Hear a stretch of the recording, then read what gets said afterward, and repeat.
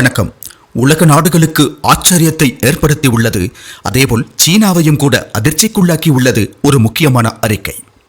Global ஏர் power ranking 2025 என்ற அந்த அறிக்கையை world directory of modern military aircraft என்ற அமைப்பு வெளியிட்டுள்ளது. அந்த பட்டியல் 2025ஆம் ஆண்டிற்கான சக்தி வாய்ந்த விமானப்படைகளை பற்றியதாகும். அதாவது ஏர் பவர் பற்றிய தரவரிசையை வெளியிட்டுள்ளது அந்த அமைப்பு.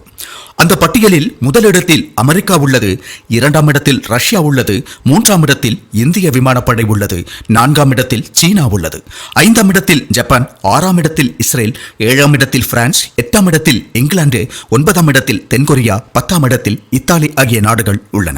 அவர்கள் இதை வெளியிட்டுள்ள முறை சற்று வித்தியாசமானதாக உள்ளது. அதாவது இந்த ரேங்கிங்கில் அமெரிக்க விமானப்படை முதலிடத்திலும், அமெரிக்க கடற்படையின் விமானப்படை 2ஆம் இடத்திலும், ரஷ்ய விமானப்படை 3ஆம் இடத்திலும் என்ற விதத்தில் தொடர்கிறது அந்த பட்டியல்.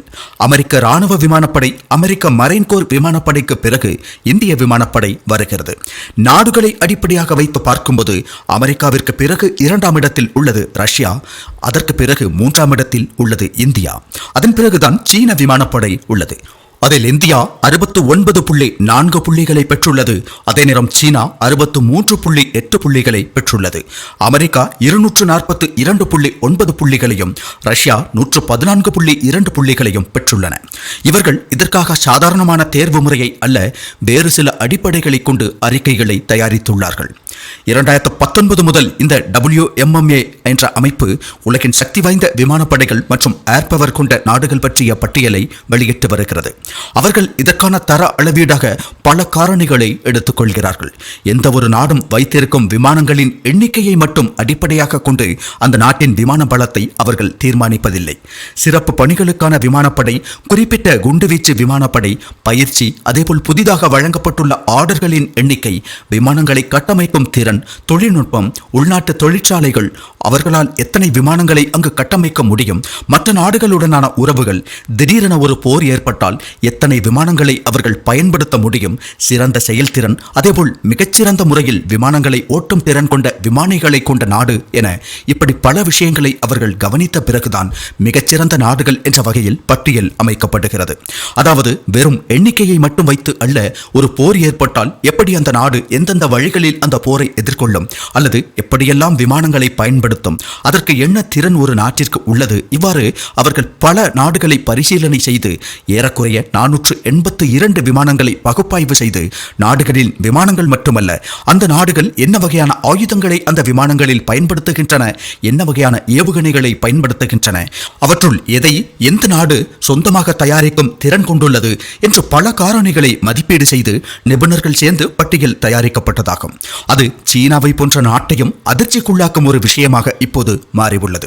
காரணம், இந்தியா எப்படி பாகிஸ்தானை ஒரே நாளில் நிலைகுலைய செய்தது என்பதை உலகம் பார்த்தது. அப்படி இருக்க இந்தியாவின் 5 விமானங்களை சுட்டு வீழ்த்தினோம் என்று பாகிஸ்தான் கூறுவதுதான் மிகப்பெரிய காமெடியாகும். வெறும் காமெடி அல்ல, உலகமே சிறியோ சிறி என்று விழுந்து விழுந்து சிரிக்கும் ஒரு காமெடியாகும்.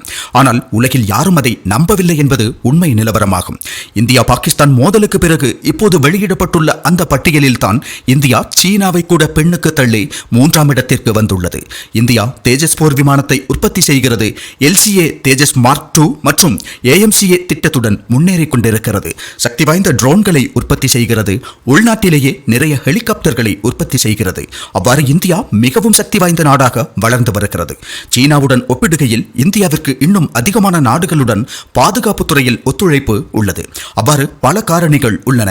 அதாவது இந்தியா சீனாவை விட சக்தி வாய்ந்த விமானப்படையை கொண்ட ஒரு நாடு என்பதில் நாம் பெருமை கொள்ள வேண்டும். சீனாவின் 5ஆம் தலைமுறை 6ஆம் தலைமுறை போர் விமானங்களை பற்றி உலக நிபுணர்கள் பெரும்பாலும் நல்ல அபிப்பிராயத்தை கொண்டிருக்கவில்லை.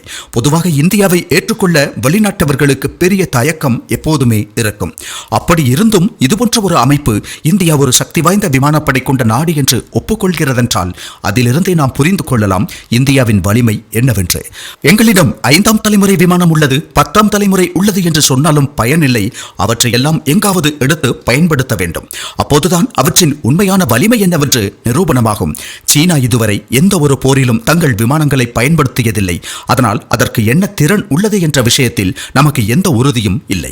அது மட்டுமல்ல, இதுவரை சீன விமானங்களில் அந்நாட்டின் சொந்த தயாரிப்பு என்ஜின்களை பயன்படுத்த முடியவில்லை. அவர்கள் இன்னமும் ரஷ்ய என்ஜின்களை தான் பயன்படுத்துகிறார்கள். இடையில் சில என்ஜின்களை சீனா உள்நாட்டிலேயே தயாரித்து பார்த்தாலும் அவை சரியாக வேலை செய்யவில்லை. அதனால் அவற்றை விட்டுவிட்டு மீண்டும் ரஷ்ய என்ஜின்களை ஆர்டர் செய்து அதையே இப்போது பயன்படுத்திக் கொண்டிருக்கிறது சீன நாடு. இந்தியாவை போலவே சீனாவும் இதுவரை ஒரு முழுமையான திறன் வாய்ந்த ஜெட் என்ஜினை தயாரிக்க முடியவில்லை. இந்தியா என்ஜின் உற்பத்தியில் காவேரி என்ஜினை உருவாக்கியது. ஆனால் அது நமது போர் விமானத்திற்கு தேவையான வலுவை கொடுக்கக்கூடிய என்ஜினாக வரவில்லை. ஆனாலும் அதை ஒரு தோல்வியான திட்டம் என்று சொல்ல முடியாது. காரணம், போர் விமானத்திற்கு தேவையான உந்து சக்தியை கொடுக்கவில்லை என்றாலும் இந்தியாவின் சொந்த தயாரிப்பு காதக் ட்ரோன்களில் அந்த என்ஜின் பயன்படுத்தப்பட உள்ளது. நமது போர் விமானங்களுக்கு வலுவை கொடுக்கும் என்ஜினை நாம் பிரான்சுடன் இணைந்து தயாரிக்க தொடங்கியுள்ளோம். இங்கு சீனா ரஷ்ய தொழில்நுட்பத்தை நிறைய ரிவர்ஸ் என்ஜினியரிங் செய்து பல வழிகளில் முயற்சித்த போதும் சீனாவிற்கு இன்னும் சொந்தமான என்ஜின்களை உற்பத்தி செய்வதென்பது பெரிய சவாலாகவே உள்ளது. என்னவானாலும் உலக நாடுகளின் கண்களை திறக்கும் வகையிலான ஒரு பட்டியல் வெளியாகி உள்ளது. இப்போது 2025 ஆண்டுக்கான குளோபல் ஏர் பவர் ரேங்கிங்கில் இந்தியா சீனாவை முந்தி 3ஆம் இடத்திற்கு வந்துள்ளது. ஜெய்ஹிந்த்.